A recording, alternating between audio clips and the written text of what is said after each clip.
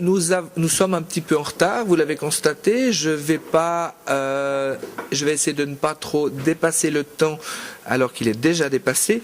Je voulais juste rappeler un élément qui m'a semblé important, c'est que M. Robert Smith nous a parlé de l'importance de développer des indicateurs et une comptabilité qui mobilisait à la fois des indices reposant sur des bases monétaires et physiques. Et si je ne me trompe pas, l'indice proposé par Harvey, lui, est une correction d'un indice monétaire qui aboutit à un indice qui reste monétaire, et peut-être qu'il y en a un élément à discuter. Il est vrai que le sujet n'est pas directement le même dans la présentation de M. Herman, ce qui peut être relativement ce qui ouvre en même temps la complexité, la possibilité de poser des questions différentes. Mais j'aimerais proposer de poser une première question à Monsieur Smith. Dans quelle mesure et en le remerciant d'avoir patienté jusqu'à maintenant tout seul dans son bureau, qu'est-ce que vous pensez de la proposition de M. Mead de faire une correction du PIB en passant par des évaluations monétaires, et monétaires uniquement par rapport à votre proposition, des impacts environnementaux et sociaux? Merci, professeur Greathausen, et merci à M. Mead et à professeur Herman pour leurs interventions aussi. Comme Harvey a dit, j'étais la dernière fois qu'on s'est vu, j'étais un peu critique par rapport à le développement d'un IPV, et je reste critique pour une raison assez spécifique. C'est que pour moi, il y a une fixation dans le public et dans les gouvernements pour le PIB. Et cette fixation est derrière plusieurs problème que nous avons dans le monde. C'est que moi, je considère que nous faisons trop d'attention au PIB et pas assez d'attention aux autres mesures statistiques, comme la richesse naturelle et la richesse nationale.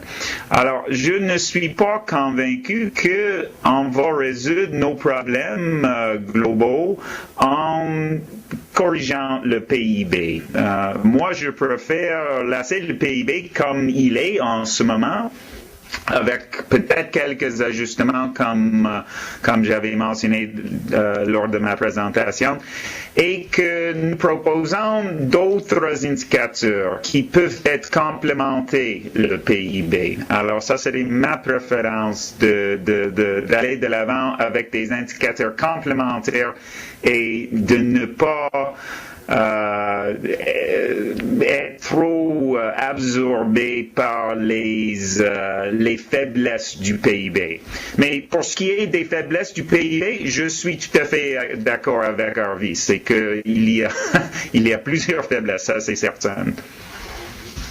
Ok, merci beaucoup. Alors, je vais vous donner la parole, Harvey, justement pour vous dire qu'est-ce qui gêne dans de mobiliser des indicateurs complémentaires qui ne seraient pas monétaires, mais qui donneraient cette information supplémentaire plutôt que de réduire le PIB et peut-être sa signification en tant qu'indicateur monétaire.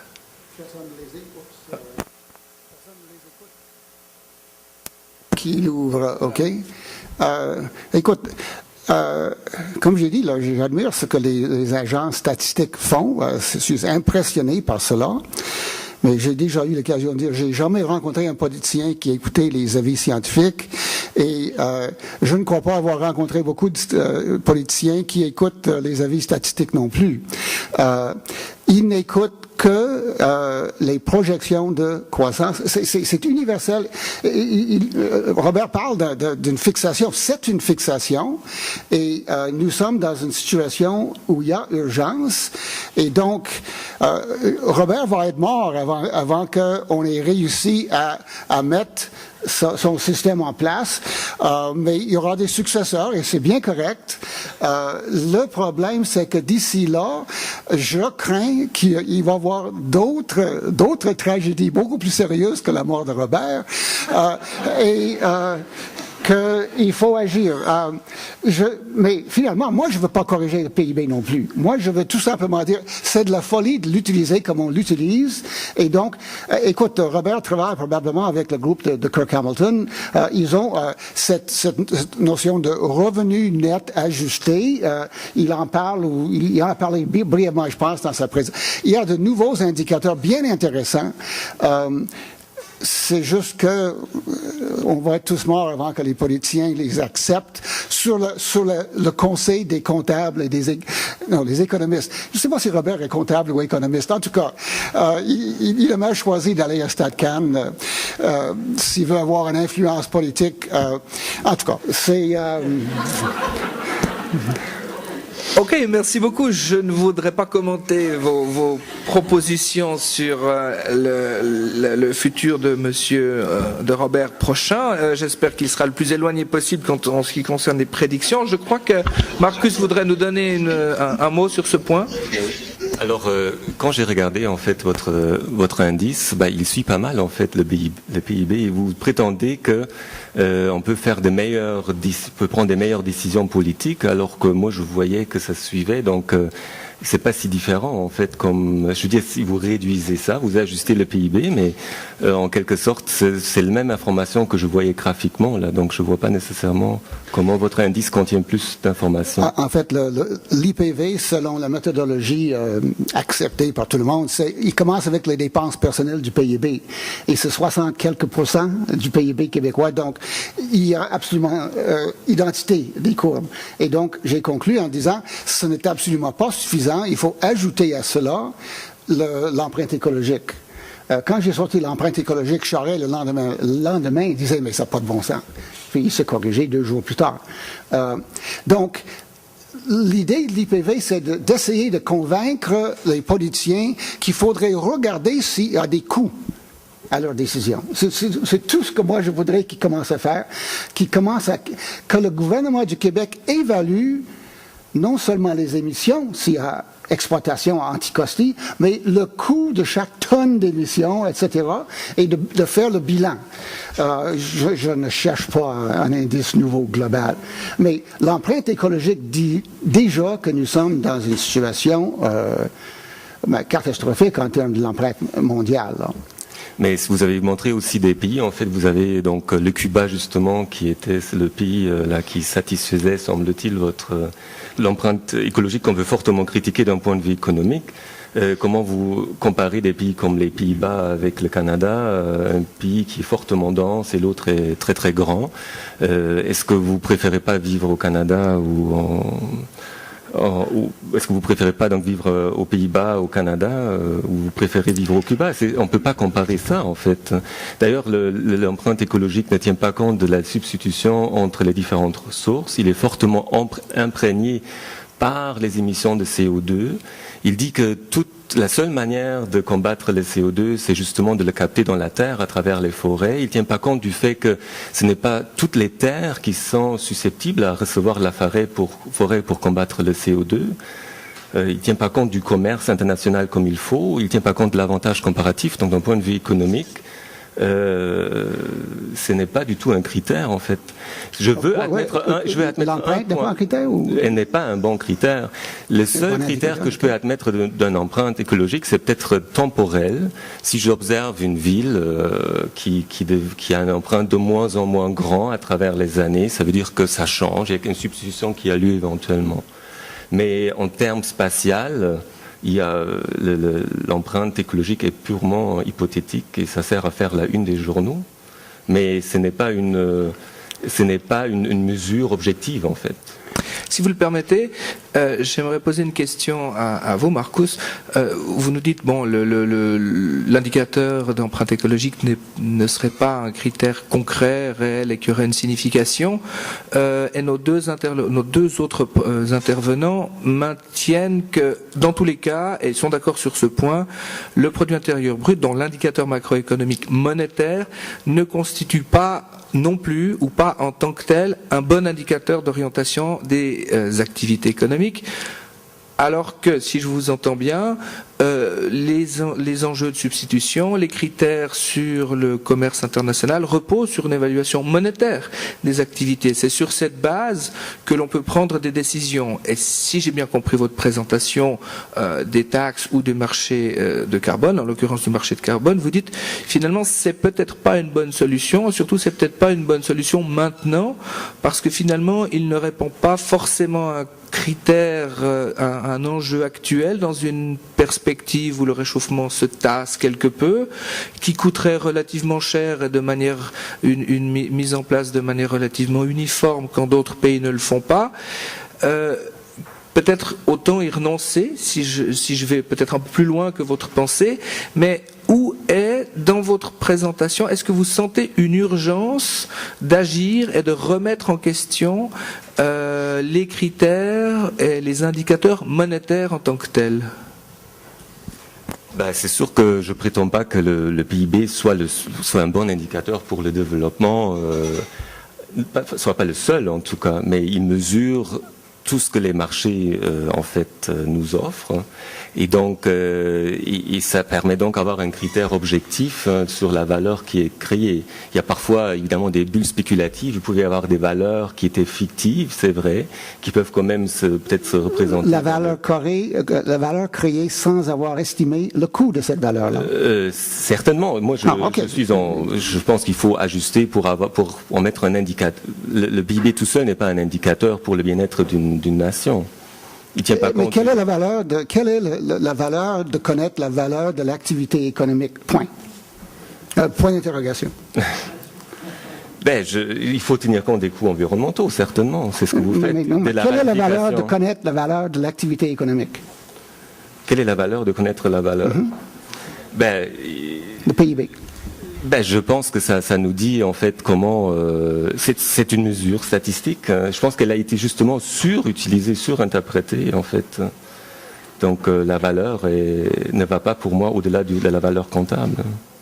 Alors je vais donner juste quelques temps au débat et des questions qui seront posées dans le public. Peut-être juste... Oui, mais je crois que je vais quand même donner la parole au public parce qu'on doit faire court. Je regrette pour le débat entre intervenants. Je voudrais demander d'être bref dans la question et si possible bref dans les réponses. Et probablement qu'il faut que vous veniez vers moi parce que le fil est trop court. Présentez-vous brièvement juste à votre nom et affiliation, s'il vous plaît. Mon nom est Jean-Luc Desgranges, je suis retraité, chercheur en écologie Environnement Canada. La question des indicateurs, qu'ils soient environnementaux ou qu'ils soient de nature financière, sont assez justes pour retracer ce qui s'est passé jusqu'à présent. On est capable de modéliser ça. Quand on les utilise pour en faire des projections, on a rarement une bonne idée de quels sont les facteurs qui vont les affecter dans le futur, puis on ne sait pas où se trouvent les points d'inflexion qui font la nouvelle. Quand est-ce que le PIB va cracher? Quand est-ce que l'environnement va se dérégler au point où la santé humaine va être affectée? Il n'y a personne qui sait ça. Moi, j'aurais le goût de revenir à des choses simples. Imaginons-nous un individu ou un couple qui a à gérer son budget. La façon la plus simple de ne pas avoir de problème avec son budget, c'est de s'assurer de ne pas prendre de dettes. Ou si on prend des dettes, on a l'assurance de pouvoir les rembourser dans un temps raisonnable. Pourquoi est-ce que, quand on autorise une industrie polluante, comme celle du pétrole ou des voitures qui dégagent par le pétrole des polluants, on n'oblige pas ces compagnies-là à prendre les mesures qui vont faire en sorte qu'elles ne mettront pas de pollution, ou si elles le font, elles vont faire les profits suffisants pour les régler dans un temps raisonnable. Si chacun faisait ça, il me semble qu'on empêcherait d'augmenter la pollution sur la Terre. Qui voudrait répondre à cette question? Unanimité, mais... Ah, Monsieur Smith? Ce n'est pas une question, il a fait un constat là. Ah, si, quand même. Merci, c'est un point très important, mais je crois qu'en fait, en quelque sorte, ça déjà, on force les compagnies à réduire leurs polluants au niveau où les impacts sont censés être négligeables. On sait tous que c'est pas vraiment le cas, mais en principe, ça se fait.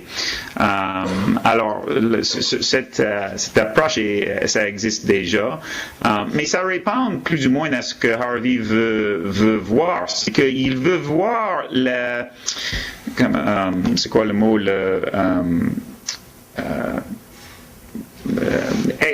les externalités économiques éliminées en faisant en sorte que les compagnies sont obligées d'éliminer les polluants et c'est les consommateurs qui vont payer les prix élevés pour les produits parce que les externalités sont éliminées. Alors, les outils économiques existent.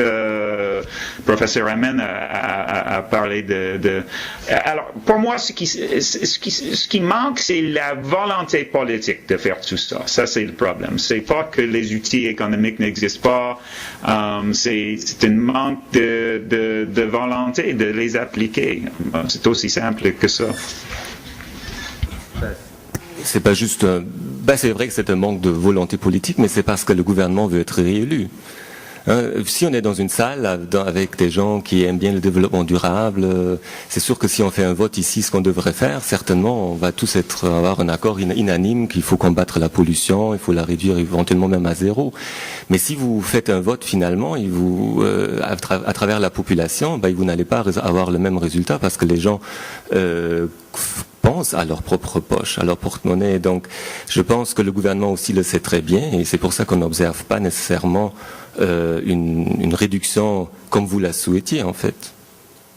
J'ajouterais peut-être un mot, c'est que si on vote, en principe, le vote, chaque personne a une voix, mais au niveau monétaire, les voix ne sont pas uniquement en fonction des personnes. Certaines personnes ont des voix beaucoup plus importantes que d'autres, et précisément peut-être les acteurs qui sont directement concernés par ces enjeux de pollution et d'activité de dégradation de l'environnement.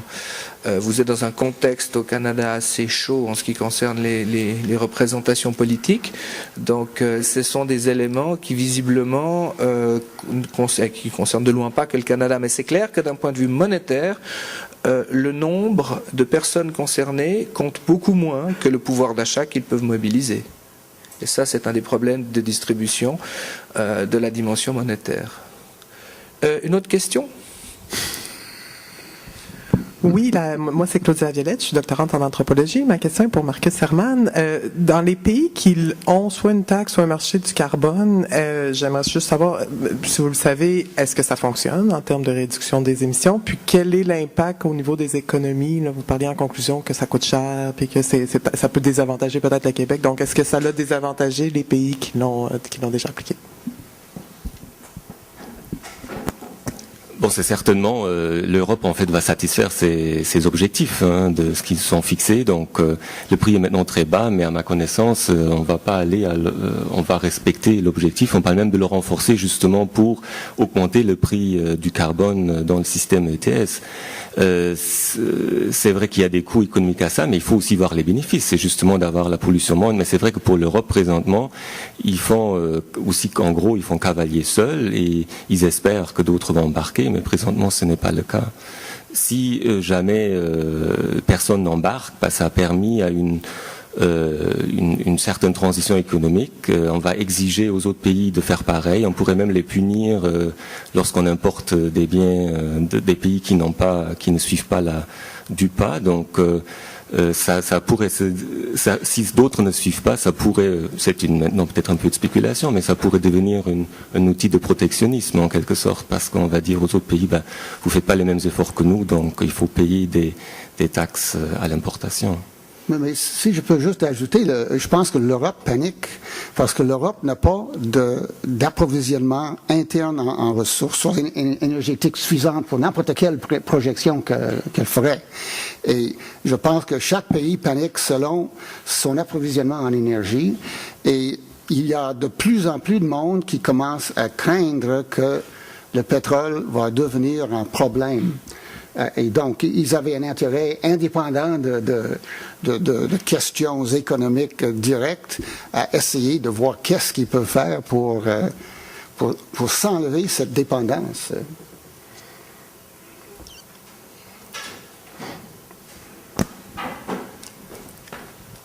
Merci.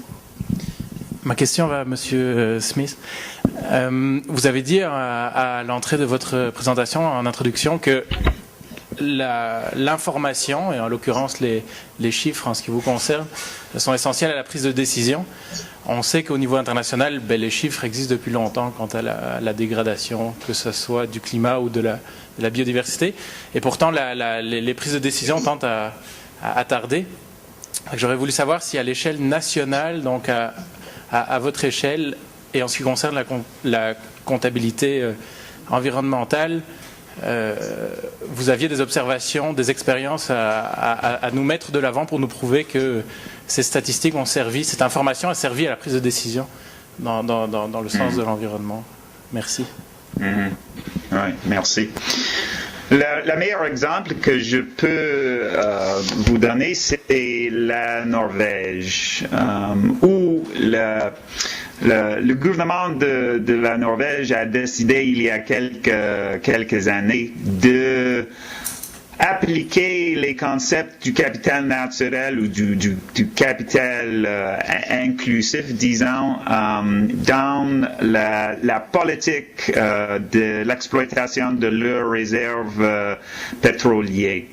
Et le gouvernement a décidé de prendre une portion importante de la rente économique venant de cette exploitation et d'investir cette rente dans d'autres actifs productifs pour le pays.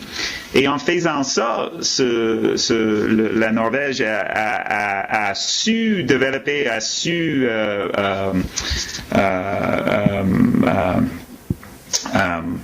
créer une fonds d'investissement qui a une valeur maintenant de 740 milliards de données. Et les Norvégiennes sont maintenant actionnaires de 2% du marché des bourses européennes, ce qui est incroyable. Alors, c'est une application directe des idées qui sont derrière le système dont je vous ai parlé. Alors, c'est le meilleur exemple. Il y en a d'autres, mais c'est l'exemple le plus frappant.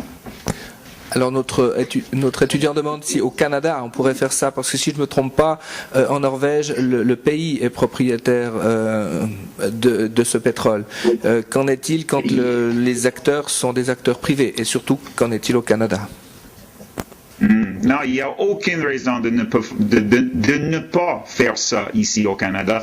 En fait, l'Alberta a son fonds d'investissement qui s'appelle The Heritage Fund. Le problème, c'est que la portion de la rente qui est investie dans le Heritage Fund d'Alberta est très bas par rapport à la portion qui est investie à la Norvège. Alors, c'est simplement une question encore de la volonté politique. Et c'est une trade-off entre le bien-être au moment actuel et le bien-être pour le futur. Et les Norvégiennes ont décidé pour le futur. Peut-être rapidement, au Québec, en fait, on souhaite investir les rentes. On est propriétaire, nous, tous les Québécois, même immigrants, on est propriétaire donc de la ressource. C'est les entreprises privées qui l'exploitent et ça sert en fait, le revenu est servi en fait à diminuer la dette Donc c'est une sorte d'épargne aussi, hein, si on laisse moins de dettes aux générations futures. Mais le meilleur exemple, la comparaison qu'il faudrait faire, si on parle de la Norvège, c'est un bon exemple, c'est de la comparer en fait avec la Grande-Bretagne, qui avait aussi les droits en fait d'exploiter le pétrole dans la mer du Nord, et la Grande-Bretagne n'a justement pas fait ce que la Norvège a fait. Donc c'est là qu'on peut faire une belle comparaison. Et l'Alberta préfère de retourner l'argent par des chèques avant Noël, assez contribuables en gros. Ok, merci. Peut-être une toute dernière question, si questions il y a. La dernière. Mes questions iront à M. Marcus. Vous avez parlé lors de votre intervention du concept de dépollution. Sauf que dans les explications, je pensais beaucoup plus que ça se rapprocherait à une sorte de statu quo de la pollution, où lorsqu'on parle de dépollution, l'idée serait peut-être qu'on fasse quelque chose pour réduire la pollution. Mais si la création du marché de carbone, c'est pouvoir s'échanger des titres donc de pollution, en quelque sorte, c'est déplacer la pollution. Donc, première question, c'est est-ce qu'on parle vraiment de dépollution dans ce sens-là ou de déplacement de la pollution?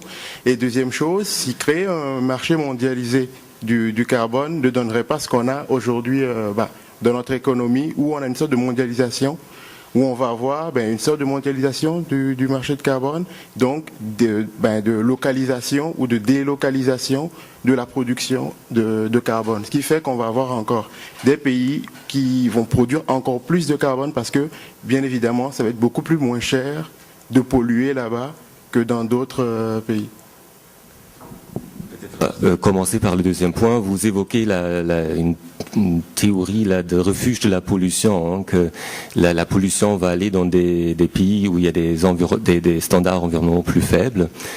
Si on regarde les études empiriques, on voit que c'est pas tellement le cas, en fait, parce que ce qui importe plus pour la production, où est-ce que les biens sont produits, c'est peut-être le capital humain. Donc il y a les vrais avantages comparatifs les plus importants, ça relie plus au capital physique et au capital humain que éventuel règlement qui serait moins strict ailleurs et qui fait en sorte que l'industrie bougerait là. Mais potentiellement il y a ce risque, c'est vrai. Et pour la première partie de la question, il n'y a pas de déplacement de la pollution. Là, si je crée un marché de permis, la question qui se pose, c'est est-ce que j'alloue gratuitement les permis aux pollueurs ou pas? Le Québec a choisi pour le moment de les allouer gratuitement. Ça ne veut pas dire qu'ils font plus de pollution. Ces permis-là sont évidemment calculés sur la base des émissions historiques qu'il y a eu. Et donc, on contrôle le nombre de permis dans l'avenir. Et donc, ça ne cause pas un doublement de la pollution ou un déplacement de la pollution. Dans ce contexte-là, ça voudrait dire que si, par exemple, une entreprise, je sais pas, comme Hydro-Québec peut se permettre d'acheter tous les permis des autres, ça signifierait qu'Hydro-Québec aurait le monopole de la pollution. C'est un peu bizarre dit comme ça, mais... Vous avez raison je ne vais pas insister là-dessus, il y aura environ 80 joueurs dans le marché du carbone ici au Québec. Et c'est un petit nombre. Hein. Tout à l'heure, j'ai parlé aussi de 100 joueurs initialement pour le SO2 aux États-Unis, après ça 200 joueurs. C'est ça qui peut être inquiétant. Et ce que vous dites, c'est qu'effectivement, il pourrait y avoir une entreprise, ça serait peut-être pas Hydro-Québec, mais ça serait peut-être une aluminerie qui serait l'aluminerie concurrente d'une autre, qui a plus de pouvoir d'achat, qui a plus de liquidité, qui pourrait vouloir acheter des permis et causer comme ça un frein à la concurrence. Donc à ce moment-là, effectivement, j'ai supposé dans ma présentation que le marché fonctionne bien. Mais vous avez raison c'est justement là le problème. Le petit nombre de joueurs peut faire en sorte qu'il ne fonctionnera pas bien. Bon, écoutez, je vous remercie tous et toutes d'être restés. En particulier, un tout grand merci à nos intervenants, messieurs Mead, Herman et notre intervenant d'Ottawa. Merci beaucoup, Mr. Smith. C'était un plaisir de vous avoir ici. Je crois que nous voyons l'enjeu est complexe. Les interactions entre l'économie réelle et l'économie monétaire n'ont pas encore eu toutes les réponses satisfaisantes que l'on pourrait avoir, surtout en relation avec les enjeux écologiques et sociaux. Un point important qui arrive chaque fois dans nos conclusions, c'est le rôle des politiques et de comment changer le cadre institutionnel de manière à être plus équitable, plus responsable, plus soutenable. Je crois que ce genre d'événements participe à une meilleure compréhension. Je crois qu'une meilleure comptabilité plus explicite sur les dimensions monétaires et physiques participe à cette dynamique de prendre des décisions de manière plus informée. J'espère que nous ne serons pas tous morts avant qu'on puisse encore agir. Et c'est donc sur cette note positive que je vous souhaite une très bonne suite de journée avec, j'espère, l'espoir de vous revoir bientôt. Merci à tous et à toutes.